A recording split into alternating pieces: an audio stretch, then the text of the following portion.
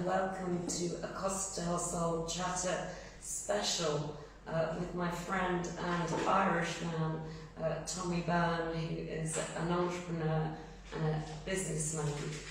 So Tommy, welcome to Costa Soul Chatter. Thank you very much, glad to be here. Yeah, welcome to Fuengirola. Loving it so far. You certainly picked the weather. I think I brought it with me. We'll see. Anyway, give us a little bit of your background. I mean, you went to university and studied. Well, my initial background was hospitality. I trained as a chef with the Voyage Group, which Richard Branson owns. It's a group of hotels throughout Europe, the world really. And I trained as a chef, completed that, and then I moved on to hospitality management, which I didn't particularly enjoy because it's a bit kind of restrictive. Right. And pretty much after university I stood up my own 2 feet. Open to businesses. Yeah. Tommy has a variety of businesses for sure, but he's very good at logistics. One of the things that I've found quite amazing about his life, and in typical Irish form, is that you managed to get 350 trucks of aid into Ukraine. Tell us about that story, please, Tom. Well, it all started because I had a property about 400 miles from the Polish-Ukraine border, and because I had a connection with logistics, basically what we've done is I got in touch with a couple of small independent transport companies in Ireland to do collections, and what happened is it snowballed, and the whole core of what we were doing is we didn't want to involve any NGOs or any big or Red Cross or any of the bigger agencies because they're backlogged with bureaucracy, etc. So what we've done is we set up 4 different hubs, one at the border in Ukraine, one at the University of Gdansk, and 2 other separate ones in smaller towns in Poland. And basically oversaw the distribution of every single donation basically that to Ireland, we overseen its final destination. Right, and Tommy, what sort of aid, what sort of items did you bring over the border? We had collections from smaller villages, smaller towns. In Ireland? And transport companies bought them over for free. We also had commercial donations from the likes of Flavin, sent very loads of porridge. There was the Dublin Seed Company sent potatoes. We had everything from medical aid, medical machinery, really? Syringes. I got one donation of 1.3 million brand new syringes. How did you manage that one time? A guy in Enniskillen had a scrapyard, and I'd done business with him before, and a friend of his had a job to clear out surplus stock from hospitals. Right. And they, in actual fact, had a full lorry load of syringes, disposable syringes. Did you encounter many problems at the borders? The border of Ukraine is notoriously difficult to navigate. Right. Now, to get a full truck to the border is almost impossible. You could be there for 10 days. So what we actually done, we broke the roads down to 3.5 ton vans. Right. And we got a special dispensation from the government, both Polish and Ukrainian governments, so we fast-tracked over the border. And we went to 1 or 2 particular distribution hubs and went from there to where it was needed. And we tracked everything as best we could. I went over maybe 12 times in the first 10 months to visit hospitals, orphanages. The final stop where the stuff got to authenticate and make sure it was all genuine and got to where it's supposed to go. What was your biggest challenge doing this project? It was all a challenge. It was all a challenge. None of it was easy, but in the same breath, the camaraderie for people in Ireland, it was the biggest convoy ever to leave Ireland, and to be part of that was a massive, And you guys coordinated the whole thing? Pretty much.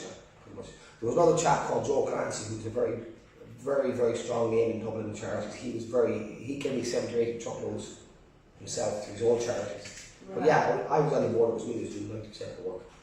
And what was it like at the border when you were there? Was it heartbreaking? The first couple of weeks was heartbreaking. Women and children.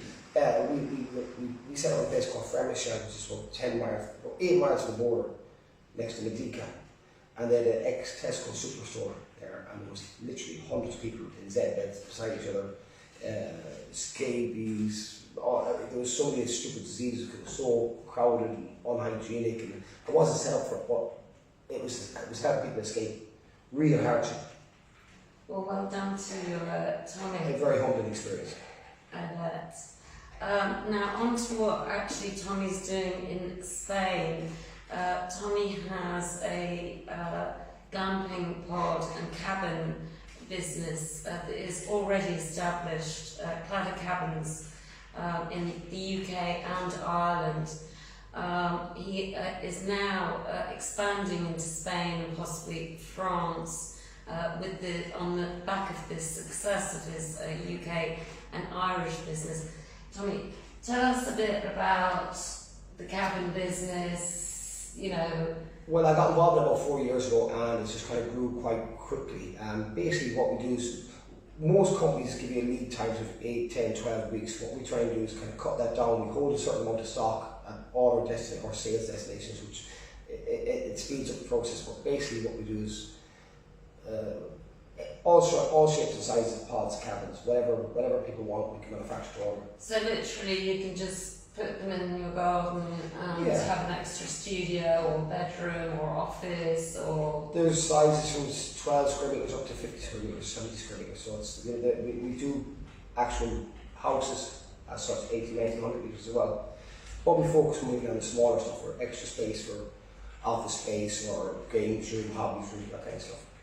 But you offer a highly competitive price on each product as well through your contacts. Well, we bring the wood in from Ukraine to Lithuania, we machine it in Lithuania, and we pack it, and that's where we distribute from. So, you know, we're buying at very competitive prices, we get a machine at competitive prices, and then of course the logistics is the final stage. Well, with transport and the logistics being what you specialise in, it's going to be fairly easy for you with an inclusive price to deliver to the customer, all in one, have it built.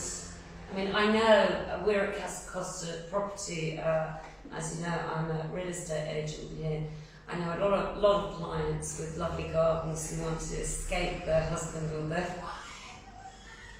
And fabulous idea, I never thought of that. And have their own cabin or digital nomads, and you know, it's you don't necessarily need planning permission if you're under a certain square meters. Generally speaking, the most popular one we do at the moment is a 3 metre by 4 metre, which we can fit a double bed in, occasional furniture, etc. It's big enough for a hobbyist room, outside office, etc. You know, and there's no planning permission required in most areas, subject to local government. Obviously, of course. Yeah. The majority. Plus, it's really down to your neighbours. You know, if your neighbours are nice, you're nice.